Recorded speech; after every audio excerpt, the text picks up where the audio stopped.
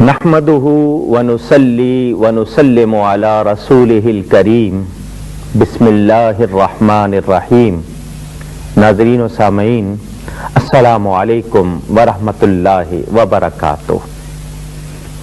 मेरे सरकार के कदम पहुँचे इस प्रोग्राम के हवाले से आज आपसे खाना काबा, बैतुल्लाह, अल्लाह के घर के हवाले से गुफ्तगू होगी।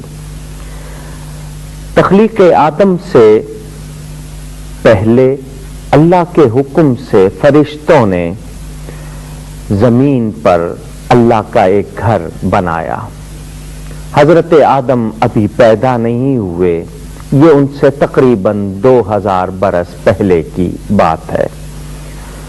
अल्लाह का एक घर बैतुल मामूर, जो फरिश्तों का किबला कहलाता है, अर्श के बिल्कुल नीचे यानी उसी सीध में, और उसी बैतुल मामूर की सीध में जमीन पर फरिश्तों ने अल्लाह का घर बनाया।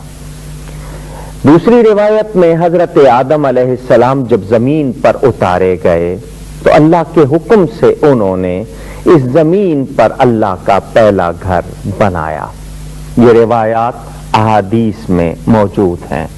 कुरान करीम हमें बताता है, सूरह आले इमरान उसकी आयत नंबर 96, इरशाद होता है, इन्ना अव्वल बैतिन वुदिअ लिन्नासि लल्लज़ी बिबक्कता मुबारकन व हुदल लिल आलमीन।